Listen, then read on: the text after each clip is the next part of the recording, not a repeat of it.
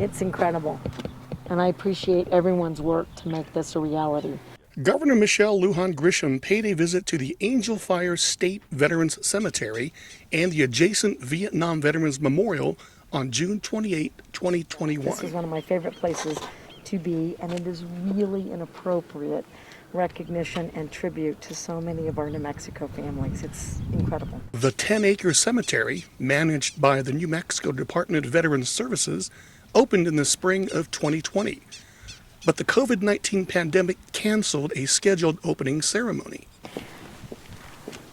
This is so hard. So the governor placed roses atop headstones of veterans and spouses laid to rest to honor their service for our country and christen the cemetery.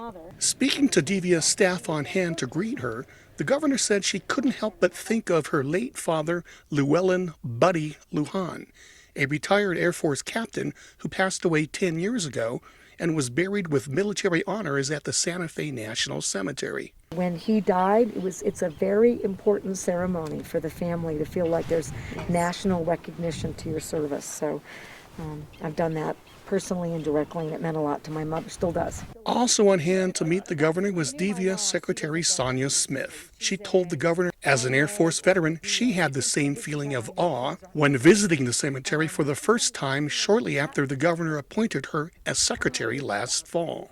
When I came up last year, Ed brought me up last year, and it was such a profound feeling. As a veteran, obviously, I could connect, but on the drive back, I just had to be silent and still to just really appreciate what we're doing here. And in 2009, the governor then made her way up the hill to the Vietnam Veterans Memorial, also managed by DVS. Can I just reach behind you? I wanted to shake your hand. Oh, hi.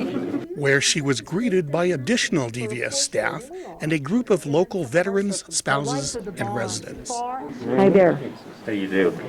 Thank you so much for No, coming. thank you for being here, and thank you very much for your service to our country. The memorial was built by Albuquerque residents Victor and Jean Westfall as a tribute to their son, U.S. Marine Lieutenant David Westfall, who along with 16 other Marines were killed in action by North Vietnamese forces on May 22, 1968, outside Con Thien, South Vietnam. The memorial now honors all who served in Vietnam. It was the first Vietnam War memorial in the nation when it was built in 1972 and served as an inspiration to build the National Vietnam Veterans Memorial in Washington, D.C., which opened 10 years later. Friends are building a replica of the Vietnam War Memorial here. The governor was shown a rendition of a replica of the National Vietnam Wall to be built here at the Angel Fire Memorial. Like the National Wall, this replica will have the names of the 58,282 American service members killed in the Vietnam War, including 398 from New Mexico. It's a pretty amazing situation given the fact that we were the impetus for the National Monument, and now we get to do full circle. we do have our capture room. These are all items that the veterans captured from the North Vietnamese and brought back as souvenirs, and they donate them all to us. There are more than 2,000 photos and artifacts on display at the memorial, including some in a wing dedicated to women who served in Vietnam, a fact many Americans are not aware of. 56 women killed in Vietnam, along with 8 military women that were killed in Vietnam, and this is a listing and bios of all of their stories. The governor, who was clearly moved by her visit, called it an amazing learning experience.